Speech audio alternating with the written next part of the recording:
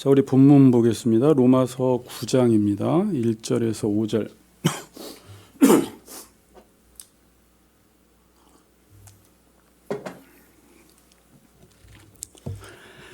9장 우리 1절에서 5절 제가 봉독하겠습니다. 내가 그리스도 안에서 참말을 하고 거짓말을 아니하노라. 나에게 큰 근심이 있는 것과 마음에 그치지 않는 고통이 있는 것을 내 양심이 성령 안에서 나와 더불어 증언하노니, 나의 형제 곧 고륙의 친척을 위하여 내 자신이 저주를 받아 그리스도에게서 끊어질지라도 원하는 바로다. 그들은 이스라엘 사람이라 그들에게는 양자됨과 영광과 언약들과 율법을 세우신 것과 예배와 약속들이 있고 조상들도 그들의 것이요 육신으로 하면 그리스도가 그들에게서 나셨으니 그는 만물 위에 계셔서 세세 찬양을 받으실 하나님이시니라. 아멘. 네, 여러분들, 로마서는 제가 설교에서 중요한 게 아니라 로마서는 기독교의 가장 기초요 뿌리이기 때문에 여러분들 이 뿌리가 없으면 체계가 잡히지 않으면 그 다음에 집이 세워지질 않아요. 다른 본문들을 들어도 이게 어디에 끼워 맞춰야 할지 어디에 배치되어야 할지를 알지 못하니까 이전에 다 여러분들이 제 설교 듣기 싫으면 다른 분들 거 들어도 되니까 로마서 강해 설교를 쭉 듣고 의가 무엇인지, 구원이 무엇인지, 죄가 무엇인지 이 부분들을 잘 이해하시고 율법의 기능이 어떠한지를 아셔서 우리가 구원받은 것이 얼마나 큰 구원의 사건인지를 좀 이해하시고 신앙생활 하셨으면 좋겠습니다. 연이어서 이제 제가 계속 설교하는데 제가 오늘은 이제 9장 1절에서 5절을 설교하다가 서론을 적다가 서론이 길어질 것 같아서 오늘은 서론만 설교를 하겠습니다. 그래서 오늘 본문은 아마 진도를 안 나갈 거예요. 오늘 서론을 하고 바로 다음 주일부터 9장 1절부터 5절 설교하도록 하겠습니다. 자, 여러분, 이 세상에서 공부를 잘 하려면 두 가지 조건만 갖추어지면 돼요. 학교에서 어떤 아이들이 공부를 잘하죠? 네, 일단은 선생님이 좋아야 돼요. 선생님이 자기가 맡은 그 전공 분야를 명확하게 알아서 명료하게 잘 전해야 합니다. 그래서 선생님을 잘 만나야 하고, 아무리 우리가 수업을 잘 들으려고 해도 선생님이 바르게 가르치지 않으면, 명료하게 가르치지 않으면 공부를 잘할 수가 없겠죠.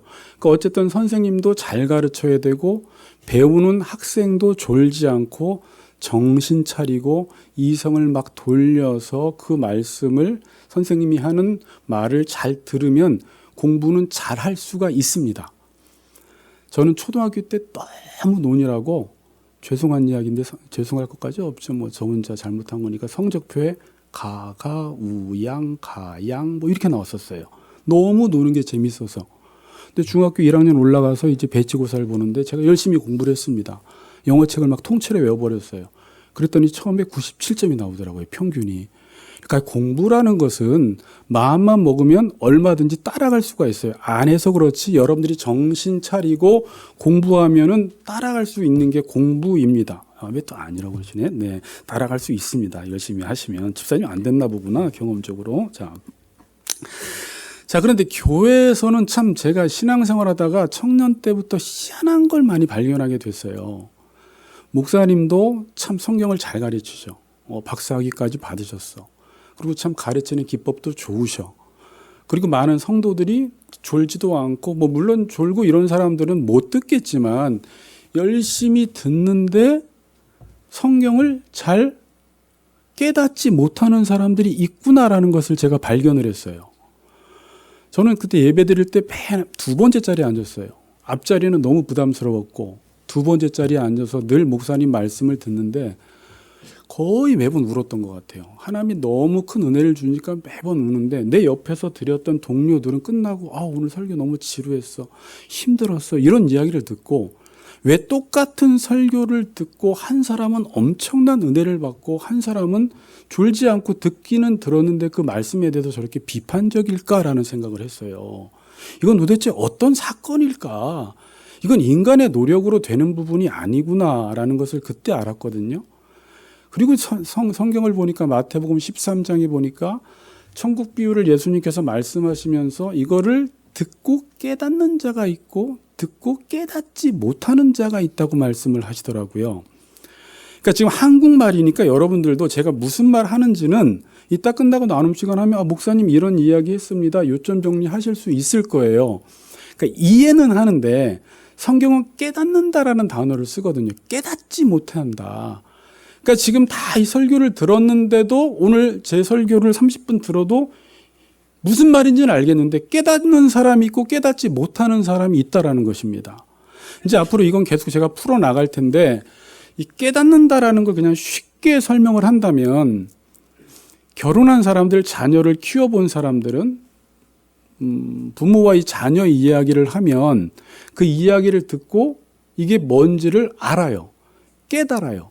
근데 자녀를 키워보지 않은 사람은 부모와 자식 간에 일어났던 일을 이야기해도 무슨 말인지는 아는데 깨달아지지가 않는 것입니다. 하나님과 온전한 관계를 맺은 사람들이 있잖아요. 그래서 하나님이 이 세상을 창조했다라는 것을 다 아는 사람들은 그래서 이 세상에 있는 모든 것들은 하나님이 창조한 피조물이라는 것을 알고 우리가 그의 종이라는 것을 알고 그분의 뜻대로 살아야지 하나님 나라가 온다라는 것을 알고 그분과 관계를 맺고 이 세상 이치에 대해서 우주적인 질서에 대해서 이해하고 있는 사람들은 지금 똑같은 성경 말씀을 들어도 이 지식이 어디에 위치해야 함이 어디에 배치돼야 하는지 깨닫는 사람이 있어요.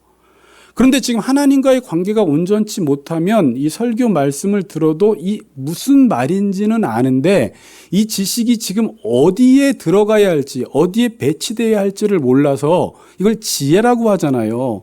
지식은 그냥 지식이 있다고 해서 다 지혜로운 건 아니거든요. 적절하게 지식을 잘 활용하는 게 지혜라고 이야기하는데 성경적으로 볼 때는 그게 안 돼서 오늘도 로마서를 들었는데 알기는 알겠고 의가 뭔지도 알겠고 죄가 뭔지도 알겠고 예수님의 하나님 사랑도 알겠는데 뭔가 마음속에 감동이 오지 않고 깨달아지지 않는 경우가 있어요. 그래서 이거는 성령의 조명하심이 없이는 성령의 역사가 없이는 이 말씀이 깨달아지지 않는구나라는 걸 알았어요. 그러니까 여러분들이 예배를 드릴 때 예배를 위해서 얼마나 준비를 많이 해야 되는지 몰라요. 예배 가운데 지금 그냥 이걸 사람의 말로 받으면 안 되고요. 하나님의 말씀으로 받으면서 여러분들이 기도를 통해서 충분히 준비하고 내 안에서 성령이 역사하셔서 이 말씀이 하나님의 말씀으로 깨달아질 수 있도록 하나님 아버지 이 예배 시간에 나를 깨워달라고 여러분들이 정신 차리고 말씀을 들어야지 이 말씀이 살아있는 말씀이 되어서 내 안에서 역사한다라는 것입니다. 근데 아까 교회에서 희한한 일이 뭐라고 했어요? 목사가 너무 잘 전해. 박사학위도 받았고 똑똑하고 인문학적으로 전하고 잘 전하고 성도들도 말씀을 잘 듣는데 구원에 관해서는 이 복음에 관해서는 하나님의 말씀을 깨닫지 못한다라는 거예요. 그러니까 이게 불필요하다는 말이 아니라 목사가 잘 전하고 성도들이 잘 들어야 하는 것이 불필요하다라는 말이 아니라 이것만 가지고는 구원이 발생하지 않고 하나님의 말씀을 깨달을 수 없다라는 것입니다. 고린도전서를 여러분들이 집에 가서 보시고 제가 고린도전서를 학교에서 너무 재밌게 배워서 요거는 지금 제가 아주 그냥 벼르고 있다가 지금 여러분들에게 가르치려고 하는데 여러분들 오늘 집에 가셔서 1, 2장을 한번 숙제를 드릴 테니까 읽어보세요. 자, 고린도전서 2장에 보면 1절, 2절 형제들아 내가 너희에게 나아가 하나님의 보세요. 증거를 전할 때에 말과 지혜의 아름다운 것으로 아니하였나니 내가 너희 중에서 예수 그리스도와 그의 십자가에 못 박히신 것 외에는 아무것도 알지 아니하기로 작정하였음이라. 그러니까 바울이 고린도 교인들에게 하나님의 말씀을 전할 때 뭐는 안 했고 뭐는 했다라고 해요. 말과 지혜의 아름다운 것으로 아니했다 그러죠. 설교를 할 때 하나님 말씀을 전할 때 4절 보세요. 내 말과 내 전도함이 설득력 있는 지혜의 말로 아니했다. 같은 말을 또 하고 있죠. 근데 고린도전서 1장 17절에 보면 그리스도께서 나를 보내심은 세례를 베풀게 하심이 아니요 오직 복음을 전하게 하려 하심이로되 또 말의 지혜로 하지 아니함은 그리스도의 십자가가 헛되지 않게 하려 함이라. 그러니까 내가 전도하고 복음을 전하고 하나님의 비밀의 말씀을 전할 때 뭘 안 했다는 거예요. 설득의 지혜의 말로 하지 않았다라는 거예요. 화려한 언변술로 가르치지 않았다라는 것입니다. 그 당시에 고린도인들은 누구의 영향을 받았냐면 역사적으로 이제 헤브라이즘, 헬레니즘 두 개로 나눠지는데 그 당시에 헬라 철학의 영향을 받아버렸어요. 헬라인들은 뭘 중요시 여겼어요? 수사학, 논리학, 웅변술 이런 것들을 되게 중요시 여겼어요. 이성을. 그리고 그들은 지식의 최고조에 달하면 영적 세계에 도달할 수 있다고 믿었어요. 진리의 인간의 지식으로 진리에 도달할 수 있다고 믿었어요. 그래서 그들이 강조했던 것들은 뭐예요? 설득력 있는 지혜의 말이에요. 논리학, 수사학, 철학 이런 것들을 통해서 서로 토론하고 그 당시에 에피쿠로스 학파나 스토아 학파들이 있었죠. 나중에 이제 사도 바울이 아테네에서 철학자들 앞에서 복음을 전했을 때 어떤 철학적 전개 방식을 가지고 복음을 전하다가 큰 실패를 한 후에 고린도 교회에 와서 1장에서 하는 말이 뭐냐면 내가 이제 십자가 외에는 알지 아니하기로 작정했다 그래요. 이 복음이라는 것은 어떤 철학적인 논리 전개로 인문학적으로 그 사람들이 알아들을 수 있게 설득력 있는 말의 지혜로 전한다고 해서 이 복음의 말씀이 능력 있게 전해지는 것이 아니구나 라는 것을 깨닫고 지금 이 이야기를 하는 것입니다. 그 특징은 지금 말의 지혜로 하지 아니했다라고 지금 이야기를 하고 있어요. 그럼 어떻게 전했느냐? 사도 바울이 설교를 할 때나 전도를 할 때 어떻게 전했느냐? 2장 4절 5절 보세요.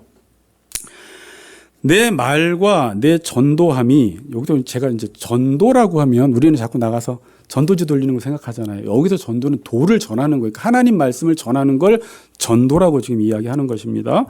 내 말과 전도함이 설득력 있는 지혜의 말로 하지 아니하고 뭐라고요? 다만 그러죠.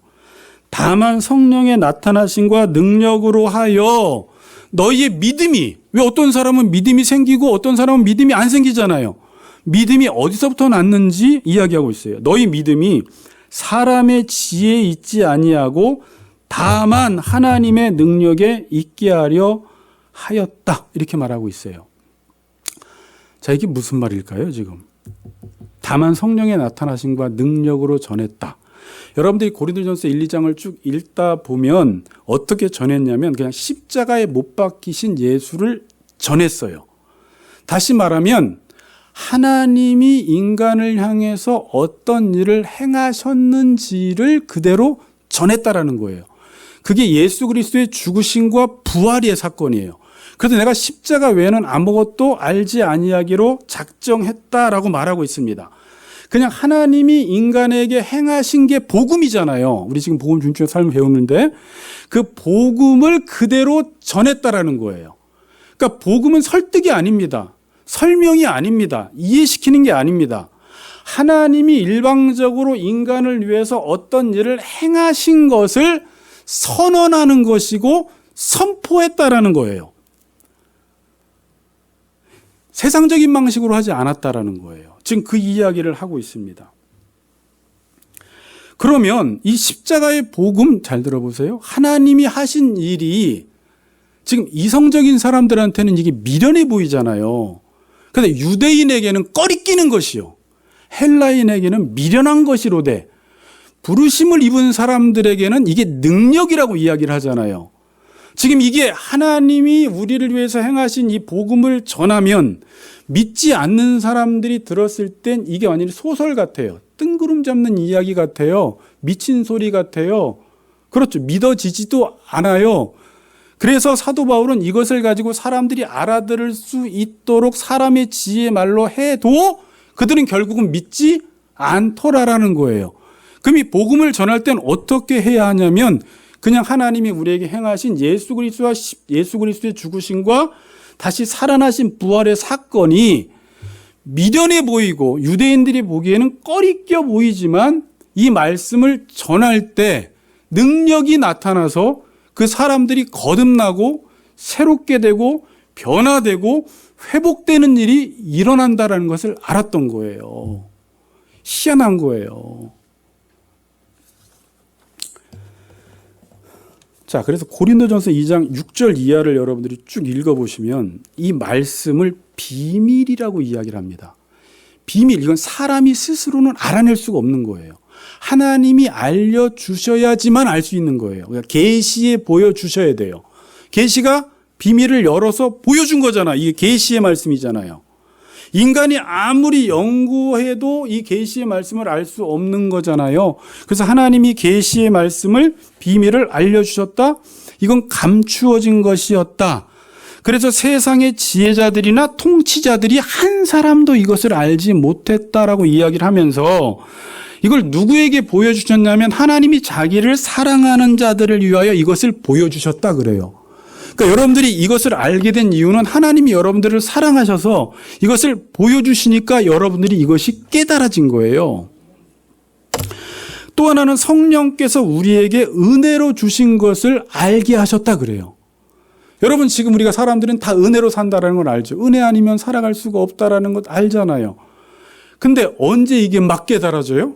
성령께서 하나님께서 우리에게 은혜로 주신 모든 것들을 다 깨달아 알게 하신다라는 거예요. 그렇게 해서 이 하나님의 계시의 말씀, 비밀의 말씀을 우리가 알게 되는 것입니다. 12절 보세요. 2장 12절. 우리가 세상의 영을 받지 아니하고 오직 하나님으로부터 온 영을 받았으니 이는 우리로 하여금 하나님께서 우리에게 뭐라고요? 은혜로 주신 것들을 알게 하려 하심이라. 13절.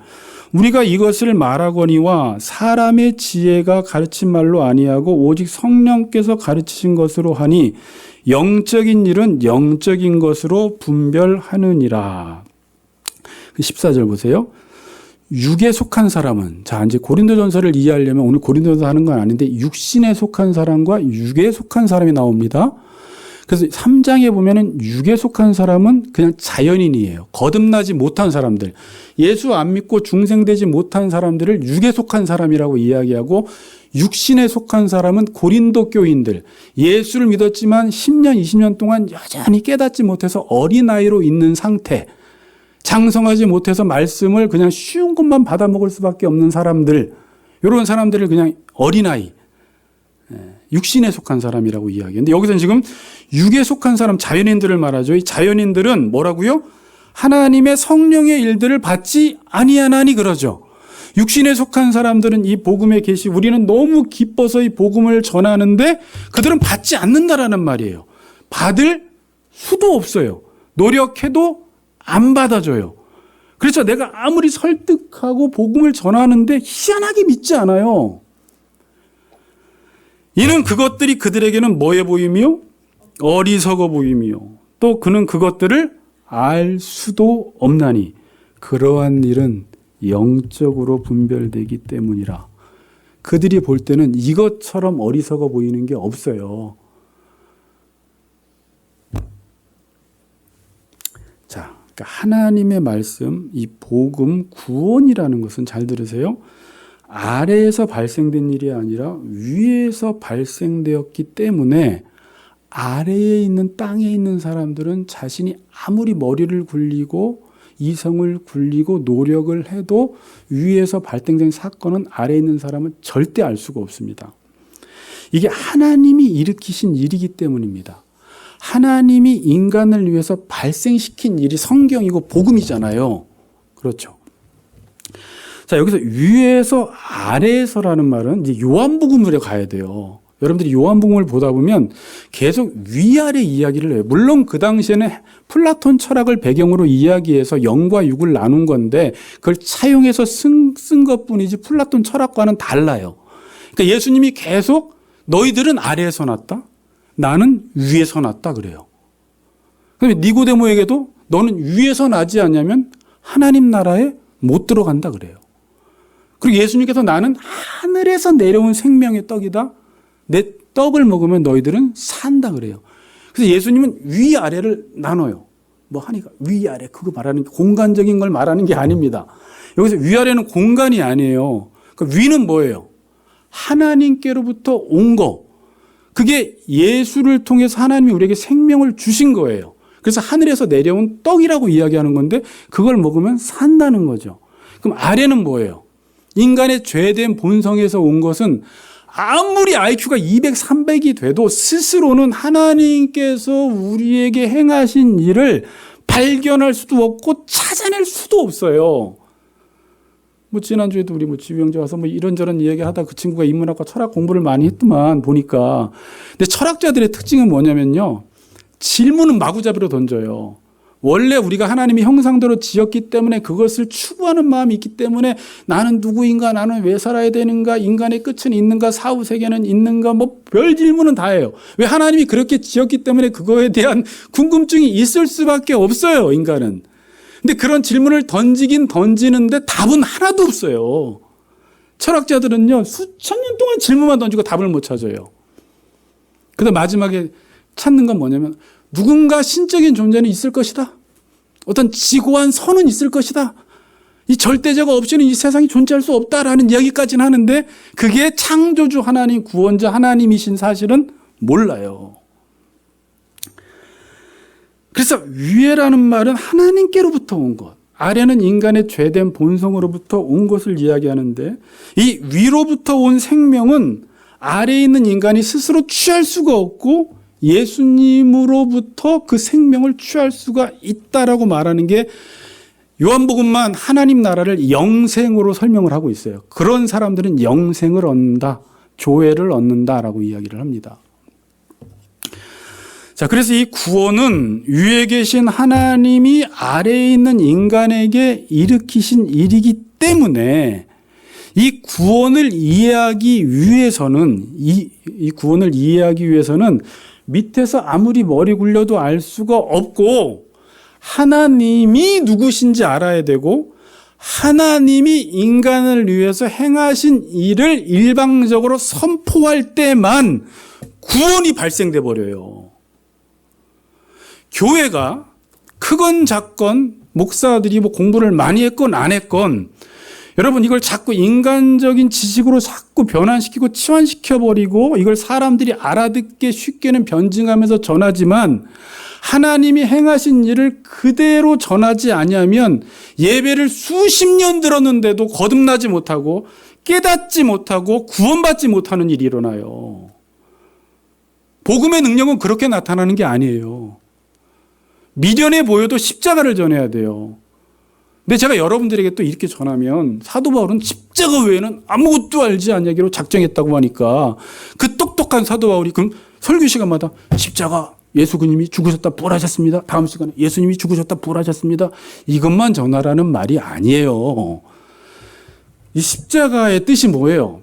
결국 우리가 성경을 공부해 보니까 결국 계속해서 나의 옛 자아는 죽어지는 과정이 있어야 돼요. 하나님의 뜻 앞에서 자기를 복종시켜서 자기를 죽이면 그게 죽어지는 것 같은데 동시에 나의 옛 자아는 죽어지고 예수 안에 있는 새 유재규가 계속 살아나는 역사가 부활의 역사가 미래에만 있는 게 아니라 현재적으로 부활이 일어난다는 사실을 알려주는 게 복음 전체예요.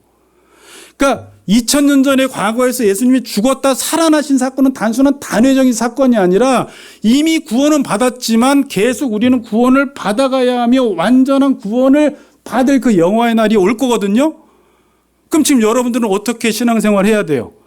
계속 하나님이 위에서 주시는 말씀을 알면 그 말씀대로 살지 못하는 내 자신을 계속 쳐서 복종시켜서 죽이면 이게 힘든 것 같지만 새로운 남인정, 새로운 김현수 집사가 계속 살아나면서 구원받는 일이 일어난다라는 거예요.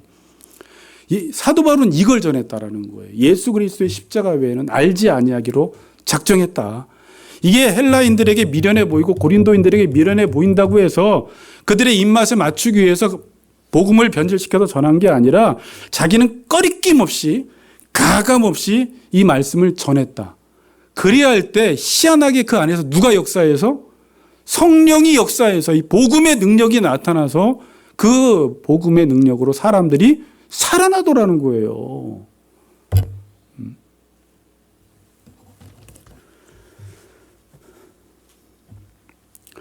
그래서 제가 그런 이야기를 했잖아요. 이 구원은 위에서 일어난 일이기 때문에 일반 지식을 알아가는 방식, 일반 학문하는 방식으로는 이 하나님의 말씀 구원을 알 수가 없어요. 일반 학문하는 방식이 뭐죠? 일반 지식을 알아가는 방식이 뭐예요? 여러분 알려드렸는데 일반 학문은 어떻게 해요? 하나님이 만든 피조 세계를 공부하는 거잖아요. 그럼 어떻게 하죠? 내가 주체가 되어서, 내 이성이 주체가 되어서 그 대상을 관찰하고 연구하고 탐구해서 하나의 지식 체계를 세우죠. 그리고 거기서 그게 이제 하나의 학문이 되는 거잖아요. 모든 학문은 다 이렇게 해요. 피조 세계를 내가 내 이성으로 관찰하고 연구해서 지식 체계를 세워서 하나의 학문이 되는 거예요. 근데 신학은 이렇게 하면 큰일 납니다. 그러니까 지금 신학을 이렇게 하다가 자유주의 신학에 빠져버리는 거예요. 그렇게 하다가는 성경에 있는 기적들을 다 빼버리는 거예요. 왜? 내 이성에 맞지 않으니까. 자, 그러면 신학이라는 것은 좀 재미없나? 이게 중요해서 그런데. 자, 신학이라는 것은 하나님을 알아가는 거잖아요. 근데 하나님을 여러분들이 이성을 굴린다고 나랑 존재 방식이 다른 거 하나님을 알 수 있어요, 없어요? 보이지도 않는데.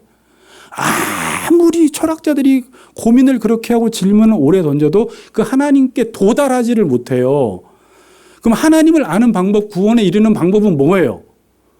하나님이 친히 자기 자신이 누구인지를 알려주신 것을 근거로 해서 하나님을 알고 구원에 이르게 되는 거예요. 그러니까 구원은 철저히 하나님께서 우리에게 행하신 일을 근거로 해서 하나님을 아는 거예요. 이걸 가리켜 잘 들으세요. 믿는다라고 하는 거예요. 그러니까 믿음이라는 것은 사람들은 맹목적으로 교회에서 믿으래가 아니라 하나님이 우리 인간을 위해서 발생시키신 그 일을 근거로 해서 하나님을 믿으라는 거예요. 왜? 내가 스스로 하나님을 알 수 없기 때문에. 그래서 믿음은 어디서 난다는 거예요? 들음에서 난다는 거예요. 자, 제가 이런 비유를 들어볼게요. 철학자들이 수천 명이 수천 년 동안 하나님에 관해서 구원에 관해서 알고 싶어도 모릅니다. 그런데 여기 초신자 하나가 있는데 80세 먹은 할머니예요. 그런데 하나님이 이 세상을 창조했다. 하나님의 형상대로 지음받았다. 예수 그리스도를 통해서 우리는 구원받는다라는 사실을 그냥 이 단순한 복음을 들으면 이분은 구원을 받고 하나님을 알게 돼요. 믿음이라는 건 들음에서 나는 것이지 내가 연구한다고 믿음이 생기는 게 아니에요. 그러니까 믿음은 하나님이 행하신 일을 그대로 전할 때 성도들이 그걸 그대로 믿고 들을 때 계속해서 내가 구원받는 일이 일어나요. 놀라운 일이에요. 근데 그 하나님의 말씀을 자꾸 그냥 인간의 말로, 철학적 강의로, 인문학적인 강의로, 경영학적인 사람들이 듣기 좋아하는 화려한 언변수를 써서 설득력 있게 전한다고 해서 절대 구원이 발생되지 않는다라는 거예요. 그래서 마틴 로이존스 목사님은 설교는 선포하는 것이지 이해시키는 게 아니라는 거예요. 설득시키는 게 아니에요. 그냥 하나님이 이미 우리에게 행하신 일을 전하는 거예요. 구원에 관해서는 내가 알 수가 없습니다. 왜? 구원은 위에서 일어난 일이기 때문에 알려주어야 하고 선포해야 합니다. 그리고 아래에 있는 사람들은 어떻게 해야 돼요? 그냥 들어야 돼요. 믿어야 돼요. 그런 구원이 발생합니다. 그래서 여러분 교회에서 여러분들이 왔을 때 가장 중요한 것은 저는 뭘 해야 하냐면 하나님의 말씀을 그대로 전해야 돼요. 여러분들은 하나님의 말씀을 그대로 믿고 들어야 돼요. 그렇지 않으면 구원이 발생되지가 않아요. 물론 목사에게 있어서 다른 조건도 갖추어져야 합니다. 다른 조건들이 뭐예요? 여러 가지 인간적인 조건들, 여러 가지 학위도 있어야 되고 공부도 잘해야 되고 어떤 사람들은 철학도, 어떤 사람은 인문학도, 어떤 사람은 논리학, 수사 다 배우면 좋은데 그 자체가 구원해 주지 않고요. 하나님의 말씀을 그대로 전하는 상태 속에서 이런 학문들은 보조적 학문이 되어서 하나님의 말씀을 풍성케 하는 데 도움을 줍니다. 왜? 모든 학문들이 다 하나님께서 만들었기 때문에. 그런데 하나님이 하신 일을 그대로 전하지 않으면서 그냥 성경과 세상적인 학문을 교묘하게 짬뽕해서 성경은 펴놓고 전하긴 전하해서 뭔가 좋아 보이는데 뭔가 우리가 새롭게 되거나 변화되거나 거듭나는 일이 생기지 않는다라는 거예요. 그래서 저는 예전에 청년부 세미나, 그러니까 청년회를 어떻게 잘 이렇게 운영할지에 대한 세미나를 다니면서 그 당시 지식인들의 설교도 들어보고 저 시골 목사님들이 부흥 사례를 이야기할 때 들어보기도 했는데 그분들은 그냥 뭐 그렇게 뭐 똑똑하지도 않아요. 근데 이분들이 시골에서는 놀라운 부흥이 일어나는데 그분들의 특징이 뭐냐면 기도를 그렇게 많이 해요. 천일 기도회를 한대요. 그리고 복음을 그냥 순수하게 전하는 거예요. 뭐 세상의 지식인들이 볼 때는 저게 뭔가 싶을 정도인데 그냥 하나님의 말씀 예수 그리스도 하나님께서 우리에게 행하신 일들을 그냥 전하는데 청년들이 막 뒤집어지고 난리 나서 부흥이 일어나서 사례 발표하러 온 거예요. 근데 어떤 교회는 그렇게 똑똑한 교수들이 하는데도 안 되는 교회들이 있어요. 이게 비밀이 어디 있을까? 믿어야 한다는 것입니다. 그래서 데살로니가 교인들은 이렇게 이야기해요. 하나님의 말씀을 받을 때에 사람의 말로 받지 아니하고 하나님의 말씀으로 받았다. 참 잘했다. 너희들 지금 이 말씀을 받는데 이걸 사람의 말로 받지 않고 물론 사람이 전하죠. 그러나 이 말씀은 하나님의 말씀을 대언하기 때문에 두렵고 떨림으로 이 말씀을 듣는 거예요. 그때 놀라운 역사가 일어나는 거예요. 사랑의 수고, 소망의 인내, 믿음의 역사가 너희들 안에 있는 걸 보았다. 그러잖아요. 그래서 교회에서 믿음이 자라고 성숙한 사람들이 누구냐 보니까 직분 받았다고 그러지 않습니다. 봉사 많이 한다고 열심히 한다고 믿음이 성숙하지 않아요. 누가 성숙해요? 그냥 믿고 순종한 사람들이 빨리빨리 자라가더라는 거예요. 여러분 그래서 교회에서는요 제가 이런 얘기했죠. 놀라운 일이 일어나요. 그냥 역전현상이 막 일어나요. 학교에서는요 꼴등하던 아이들이 전교 1등 하려면 시간 걸려 오래 걸려도 못해요. 그리고 수학을 만약에 중학교 때 놓쳐버리면 고등학교 수학은 어려워서 따라가지도 못합니다. 그렇죠. 그러니까 안 돼요, 그게. 근데 교회에서는요, 기존 교인들이 이제 어느 정도 자기가 자리를 잡고 성경을 안다고 생각하고 교만해서 말씀을 대충 듣는 교인들은 전혀 잘하지 않고 오히려 타락해요. 부패해 가고 있어요. 자, 제가 이 이야기를 좀 왜 하냐면 이 전체 제가 이야기한 게 9장, 10장, 11장의 유대인과 이방인들 이야기를 먼저 이렇게 쉽게 서론으로 푸는 거예요. 그럼 여러분들이 세 장을 쉽게 이해할 수 있기 때문에 유대인들이 그랬어요. 하나님의 말씀을 맡았어요. 하나님을 알았어요. 율법을 가르쳤어요. 근데 자신들은 율법을 지키지 않아요. 그러다가 이방인들이 세례를 주고 말씀을 전하는데 성령이 역사하고 이방인들이 막 믿는 역사가 일어나는 거예요. 그래서 기존 가지는 떨어져 나가고 새로운 접붙임이 되었다. 그 얘기를 10장에서 하잖아요. 근데 이방인들 너희들도 만일 유대인들처럼 하나님의 말씀을 듣지 않고 믿지 않으면 똑같은 일이 일어난다. 경고하고 있어요. 여러분 그래서 교회에서 보면요. 기존 교인들은 어떨 때는 다는 아닌데 그 사람들은 전혀 감동도 없고 구원도 못 받고 깨달아지지도 않는데 어떤 새 가족이 와서 그냥 한 달 정도 말씀 들었는데 확 앞서버리는 거예요. 이건 비밀이에요. 그러니까 그냥 그대로 믿는 거예요. 믿고 그대로 해보는 거예요.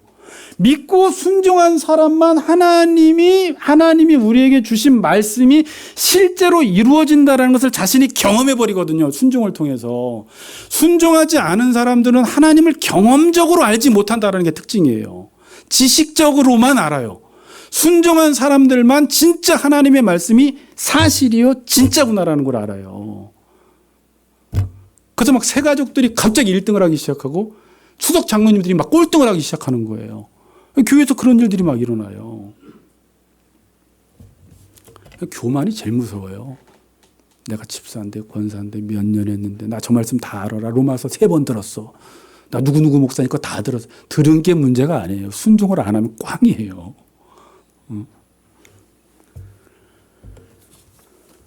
여러분 그래서 교회 올 때는 어디 올 때처럼 와야 돼요? 병원 올 때처럼 와야 돼요. 병원에 왜 오죠? 내가 내 문제를 스스로 해결할 수 없기 때문에 오는 거예요. 병원 올 때 왜 오냐면요. 증상은 나타나요. 원인을 모르는 거예요. 내가 내 원인을 해결하지 못하니까 진단받으러 가는 거예요. 이 세상이 그래요. 암 같아요. 이 세상에 지금 증상들은 엄청나게 나타나요. 이상한 증상들이, 아픈 증상들이, 사람들이. 근데 원인을 못 찾아요, 지금. 철학자도 못 찾고, 정부에서도 못 찾고, 지도자도 못 찾고, 인문학자도 못 찾고, 학교에서도 못 찾아요. 이 복음밖에 못 찾아요. 자, 그런데 그들이 아파서 교회에 왔는데, 여러분 병원에 와서 제일 꼴보기 한 환자들이 누구예요? 의사 앞에서 이 약 먹으면 되지 않아요? 이렇게 치료해 주세요. 자기가 아파서 스스로 해결할 수 없어서 갔으면 그냥 의사가 하라는 대로 하면 되는데 뭔가 또 어줍지 않게 해서 지식을 다 가지고 와가지고 이렇게 해주세요, 저렇게 해주세요, 저렇게 하면 낫지 않아요 이야기하죠. 그럼 이제 대학병원 의사한테 혼나잖아요. 그럼 당신이 알아서 하라고. 성도들이 그러고 있어요. 교회 와서 하나님, 목사님 말씀을 이렇게 전하면 좀 효과적이지 않을까요? 이러면 좀 청년들이 잘 알아들이지 않을까요? 물론 중요해요. 그런데 병원 올 때처럼 들으려면 어떻게? 그냥 하라는 대로 해야 돼요. 어린아이 같지 않으면 하나님 나라에 못 들어간대요. 그래서 오히려 자기 지식이, 자기 의가 강한 사람일수록 하나님의 의에 복종하지 않아요. 이게 로마서 10장 3절 말씀이에요. 자기 의를 세우려고 하나님의 의에 복종하지 않아요. 자기 의가 뭐죠? 이렇게 하면 좋겠는데, 저렇게 하면 좋겠는데, 말씀을 저렇게 전하면 좋겠는데, 십자가의 복음보다는 철학적으로 전하면 좋겠는데, 병원에 와서 치료 방법을 알지 못하고 구원받아야 할 사람들이 구원의 방법을 자기가 제시하고 있는 거예요. 그래서 이 교만 때문에 구원이 발생되지 않는 거예요. 여러분은 내 구원을 위해서 할 수 있는 일이 없어요. 아멘? 내 구원을 위해서 내가 할 수 있는 일이 없어요. 여러분 참 절망적인 이야기일 수 있는데 여러분의 조건이나 상태를 여러분 스스로 바꿀 수가 없어요. 이 세상 사람들은. 이 세상에서 조건이나 상태를 바꾸는 것처럼 보이죠. 마치 이런 거예요. 저는. 그들은 암 환자인데 지금 막 증상이 일어나는데 막 뽀글뽀글 머리하고 성형수술하고 화장빨로 그냥 화장하고 해서 안 아픈 척 하는 게 이 세상 사람들이 그렇게 하는 거예요. 지금. 암이 걸렸는데 아스피린 먹고 진통제 먹고 있는 거예요. 그래서 하나님 말씀이 여러분 써요. 에레미야에 독 같다고 했어요. 왜? 우리 죄된 부분을 건드려요. 내가 제일 보기 싫은 부분들. 그 부분들을 건드리기 때문에 막 폐부를 찔러요. 심장을 파요. 내가 듣고 싶지 않은 내 단점, 나도 보고 싶지 않은 것들을 다 끄집어내버려요. 폭로시켜버려요. 어두움을. 그래서 사탄이 역사를 못하거든요. 하나님 말씀이 그런데 요즘 사람들이 죄를 싫어하니까 죄를 전하지 않다가 인간애가 위로가 되는 말들만 하다가 지금 병이 점점 커지는 거예요. 위로가 되는 말은 다른 데 가서 들으면 되죠. 저기 양천구 구청에 보니까 2호선 이런 분들 상담하는 분들 오시고 김창국 이런 분들 오시면 그런 거 들으면 되겠죠. 그래서 우리가 신앙이 안전하고 인격이 변화되지가 않습니다.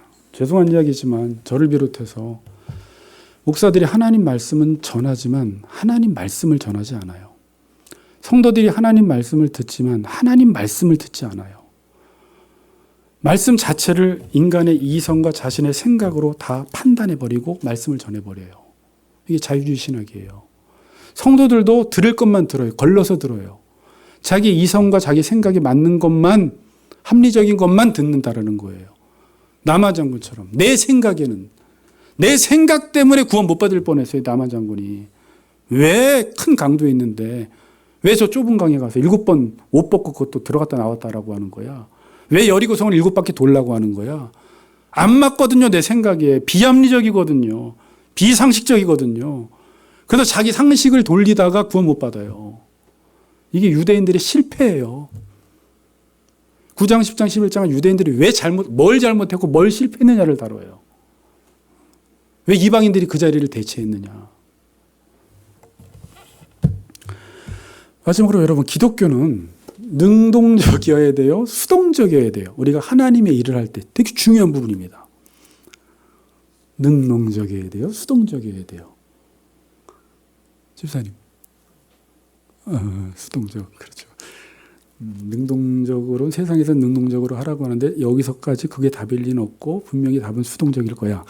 세상에서는 힘이 있고 능력이 있으면 다 능동적인 삶을 살라고 해요. 그렇죠. 그런 사람들이 따봉이에요. 수동적인 사람들은 되게 힘이 없다고 생각해요. 미련하다고 생각하고 능력이 없다고 생각을 하죠.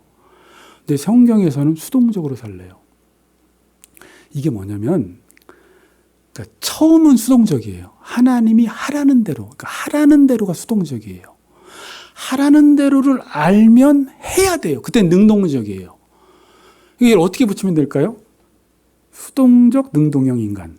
그러니까 하나님이 하라는 대로는 수동적이에요. 이게 첫 번째예요. 하라는 대로 알았으면 적극적으로 그걸 하는 거예요. 능동적이어야 돼요. 근데 이게 뒤바뀌면 안 돼요. 절대 바뀌면 안 돼요. 요게 안 되니까 우리를 광야로 보내는 거예요. 구원시키자마자 하나님이. 왜? 우리는 우리가 주체가 되어서 늘 능동적으로 살아왔거든요. 근데 구원받은 이후에 하나님이 하시는 일이 뭐예요? 왜 자꾸 여러분들 어려움을 주세요? 왜 고난을 주세요? 왜 브레이크를 거세요? 능동적으로 못 살게. 그래서 자꾸 하나님이 뭘 하라고 하는 건지 도대체! 이러면서 하나님 말에 귀를 기울이게 만드는 거예요. 도대체 어떻게 해요? 그럼 하나님 이야기 좀 해보세요. 답답하니까. 자기가 길을 알지 못하니까. 그러니까 신앙은 하나님이 하라는 대로 수동적, 그 다음에 능동적으로 살아야 돼요. 그 구절이 어떤 구절이었어요? 골로새서 1장 29절. 사도 바울의 목회 철학이었어요. 1장 29절. 이를 위하여 나도 내 속에서 능력으로 역사하시는 이의 역사를 따라 힘을 다하여 수고하노라. 자, 끝나가요. 잘 들으세요. 이게 뭐라고요? 이를 위하여 나도 내 속에서 뭐예요? 능력으로 역사하시는 이가 있다는 거예요. 그럼 하나님께서 하라는 대로를 막 나한테 주세요. 능력으로 뭔가를 역사를 해요. 언제? 기도할 때 그래요. 기도하다가 내가 생각하지 못하는 생각들을 막 주세요. 그러니까 하나님이 하라는 거예요, 나한테. 이게 빌립보서 2장 13절에서는 너희 안에서 행하시는 이는 하나님이시니 자기의 기쁘신 뜻을 위하여 너희로 소원을 두고 행하게 하시는 거예요. 우리가 스스로는 할 수 없는 것들을 기도하다가 말씀 듣는 가운데 하나님이 막 감동을 주셨다. 여러분들이 그렇게 표현하잖아요. 하나님이 막 이걸 하라고 하는 거예요. 그건 하나님이 하라는 대로예요. 그걸 알았으면 지체하지 말고 바로 하라는 거예요. 이게 사도 바울의 목회 철학이에요. 이 피조적 적극성이라고 제가 불렀죠. 피조물인데 적극적으로 살아야 돼요. 그러니까 피조물은 뭐예요? 하나님이 하라는 대로 하는 사람이 피조물이잖아요. 의존적 존재이기 때문에. 이게 이렇게 할 때 계속 구원이 이루어지는 거예요. 능동형, 수동적 인간? 어쨌든. 아니, 수동형, 능동적 인간. 태능 선수촌에 들어가면 어떻게 해야 돼요? 훈련 선수들이. 코치가 하라는 대로 해야 돼요. 자, 지금 중요한 말 합니다. 근데 코치가 하라는 대로 하지 않고 자기가 막 하면 아무리 많이 해도 훈련이 안 됩니다. 이게 헛되다라고 하는 거예요. 이게 시편 127편이에요. 하나님께서 집을 세우지 아니하시면 세우는 자의 수고가 헛되고 하나님께서 성을 지키지 아니하시면 파수꾼에 깨어 있으면 헛되다 그러죠. 지금 여러분 인생이 왜 다 망하고 지옥 가고 헛된 줄 알아요? 하나님이 하라고 하는 걸 안 하니까 죽은 거예요, 그 사람들은요. 그러니까 하나님은 계속 우리를 어디로 끌고 가시냐면, 우리 인생에 왜 어려움을 주시냐면, 그 소중한 것들을 왜 가져가시냐면, 우리가 자꾸 자기가 능력이 있고 할 수 있는 사람일수록 하라는 대로 안 합니다. 애들이나 여러분들도 어떻게 해요? 내가 못할 때 하나님께 나가잖아요. 근데 여러분, 할 수 있어도 다 하면 안 돼요. 저는 목회하다 깨달은 게 이거예요. 제가 집에 혼자 있습니다. 뭐 아내가 제 통장 검사도 안 해요. 얼마 있는지도 몰라요. 난 저런 아내 처음 봤어. 어쨌든 지금까지 물어보지도 않아. 나 참 궁금해. 그런데 여러분, 제가 혼자 아무도 없어요? 뭐 별짓을 다 할 수 있잖아요. 근데 예전에는 그런 조건들이 주어지면 우와 놀았지요. 근데 지금은 어떻게 해요? 할 수 있어도 안 하잖아요. 하나님이 우리를 훈련시켜서 하나님이 하라고 하는 일을 하도록 만드세요. 여러분, 그래서 할 수 있는 게 많은 사람일수록 하나님에게서 멀어지는데, 이거 한번 집중해서 들어보세요. 내가 할 수 있는 게 많을수록 그걸 하나님이 하라고 하는 일에 한번 써보세요. 저는 요즘 뭐 우리들의 발라든가 노래를 너무 잘해요, 요즘 아이들이. 근데 안에 들어서 저 아이들 저렇게 노래를 잘하는데 저 사람들이 우리 교회 찬양하면 얼마나 좋을까. 저 목소리로 하나님을 찬양하면. 근데 그렇게 하면 뭐 상금도 받고 인기도 올라가는 정도지만, 자기가 할 수 있는 일을 하나님이 하라는 대로에 다 은사와 재능과 시간을 들여버리잖아요. 그 사람을 통해서 구원받는 역사가 일어나요. 여러분, 예수님은 모든 걸 할 수 있었어요, 없었어요? 다 할 수 있었어요. 십자가에 달려 돌아가시지 않을 수 있었어요. 12명이 더 되는 천사들을 동원해서 무찌를 수 있었어요. 로마 병정들을. 그런데 할 수 있음에도 불구하고 하라는 일에 자신의 모든 것들을 드린 거예요. 죽기까지 복종한 거예요. 그랬더니 예수를 통해서 구원 사건이 일어난 거예요. 자, 구원을 이해하겠어요? 구원이 어떻게 발생되는지 알겠어요? 여러분들이 지금 능력이 많고 돈도 많고 뭐든 할 수 있는 게 많고 사업도 할 수 있는데 나는 그걸 안 해. 하나님이 하라고 하는 것만 해. 이걸 온유라고 제가 설명을 드렸잖아요. 온유한 자는 복이 있나니 땅을 기업으로 받을 것이며 길들여진 개, 길들여진 당나귀가 되라는 거예요. 할 수 없어서 하나님을 의지하는 게 아니라 난 할 수 있는 게 많음에도 불구하고 하나님이 하라고 하는 것만 하는 사람이 될 거야. 이게 뭐라고요? 이게 구원이라는 것입니다. 결론을 맺을게요, 여러분. 우리가 로마서 1장부터 8장까지 뭐 배웠어요? 율법이 우리에게 뭘 하라고 하는지를 알려주죠. 근데 율법이 하라고 하는 건 해요, 못해요? 못하죠. 그래서 율법 앞에서 나는 죄인이구나라는 것을 깨닫죠. 그리고 우리를 구원시켜 줬죠. 율법의 행위가 아니라 예수 그리스도를 믿음으로 말미암아 구원시켜 줬죠. 그 밑에부터 어떻게 살라는 거예요. 내가 스스로 뭘 해서는 죄밖에 못 짓는데 또 율법을 지키라고 하니까 율법 앞에서는 내가 지킬 수 없다는 것만 깨달았으니까 구원받은 이후에는 하나님이 계속 율법을 통해서 우리에게 하라고 하는 일을 알려줄 테니까 이제부터는 너희들이 하라는 것만 하면 계속 구원을 받는다라는 거예요. 이게 로마서 이야기예요. 쉽게 풀면. 그러니까 이제 우리가 구원받은 사람들의 삶은 어떻게 살아가야 돼요? 산상설교 결론이 어떻게 끝났어요? 내 아버지의 뜻대로 행하는 자라야 하나님 나라에 들어가는 천국 백성이 되는 거예요. 그럼 지금 여러분들 우리가 뭘 안 해서 요즘 이렇게 빈곤하게 살아요? 이렇게 부유하지 못해 영적으로. 순종을 안 해서 그래요. 순종을 안 해서. 하라는 대로 안 해서. 근데 직분은 다 받아요. 좋은 교회 다 다녀요. 사람들이 인정해 주니까 마치 자기가 되지도 않은 것처럼 되지도 않았습니다. 된 것처럼 생각하는 거예요. 그게 유사 그리스도인이라고 해요. 그런 책들 읽어보세요. 넓은 길로 가고 있으면 자기는 좁은 길로 가고 있다고 생각해요. 사탄에게 속고 있는 거예요.